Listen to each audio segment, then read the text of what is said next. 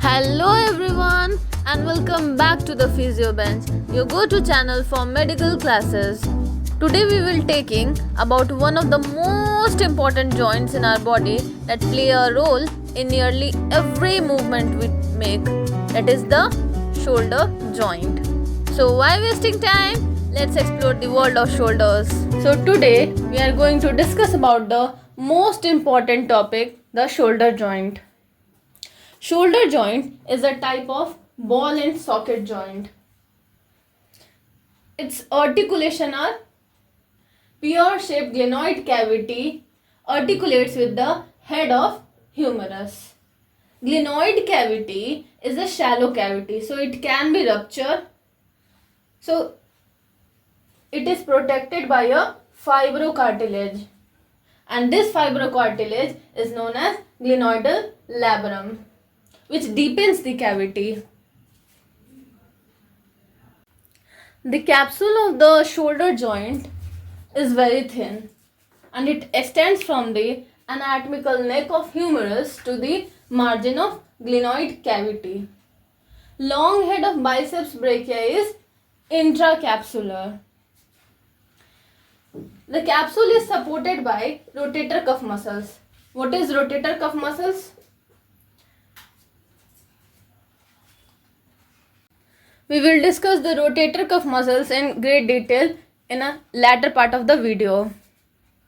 Synovial lining. Synovial lining lines inner surface of capsule except on articular surface. Because hyaline cartilage is already present there for lubrication.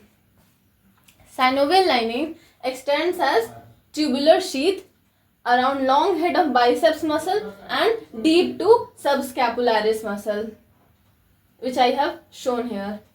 This is the long head of biceps muscle and this is subscapularis muscle of subscapular bursa,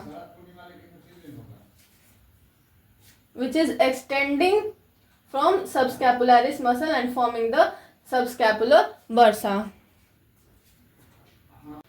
The ligaments of shoulder joint, which is the most important subtopic of the shoulder joint. First ligament is coracohumeral ligament. Next one is glenohumeral ligament, which has upper, middle and lower fibers. This is transverse humeral ligament because it is transverse in nature. And this is our long head of biceps muscle. So from the diagram, we can conclude that glenohumeral ligament is further divided into upper band, middle band and the lower band. Transverse humeral ligament is attached between greater and lesser tubercle of humerus. Next one is coracohumeral ligament. Coracohumeral ligament extends from the root of coracoid process to the greater tubercle of humerus.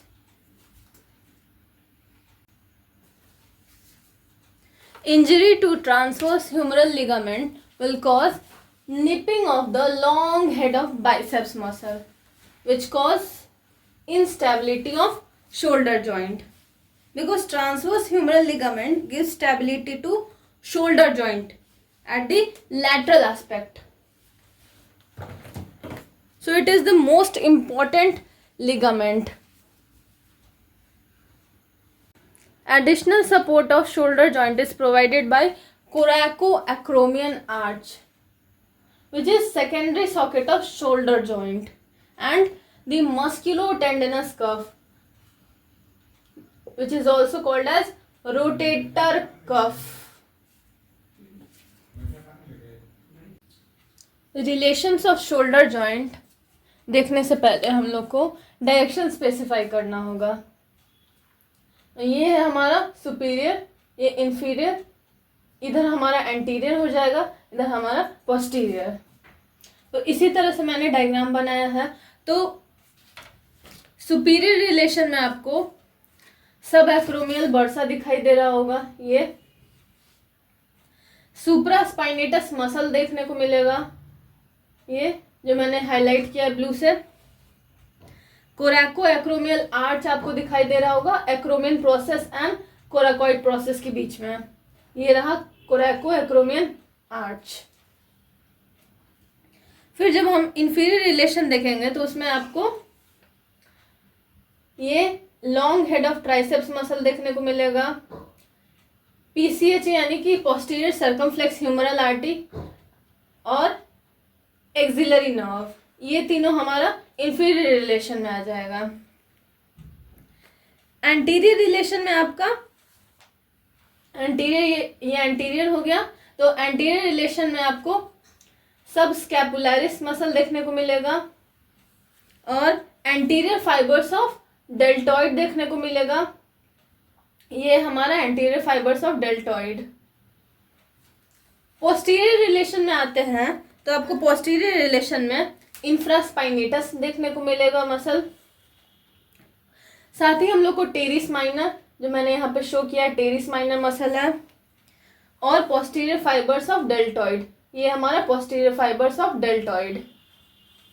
तो ये था हम लोग का posterior relation. और with in the joint आपको long head of biceps muscle, ये दिख रहा होगा डायग्राम में, ये आपको विद इन द जॉइंट देखने को मिलता है।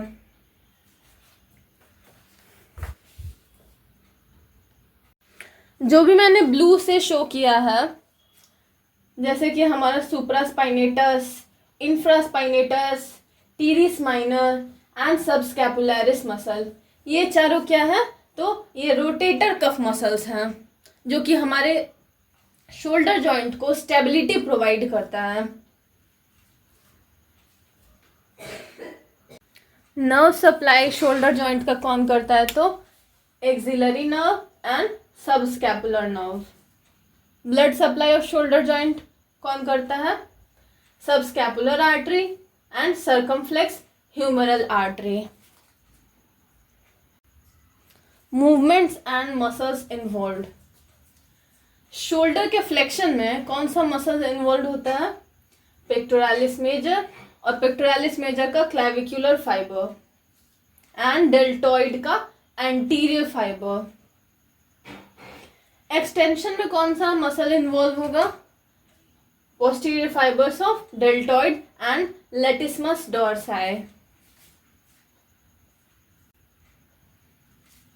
0 to 15 डिग्री एबडक्शन में सुप्रास्पाइनेटस मसल इन्वॉल्व होता है शोल्डर जॉइंट के। अगर शोल्डर का 15 to 90 डिग्री अगर एबडक्शन होता है तो उसमें middle fibres of deltoid involve होता है। एंड ओवरहेड एबडक्शन करने के लिए serratus anterior and trapezius muscle involve होता है।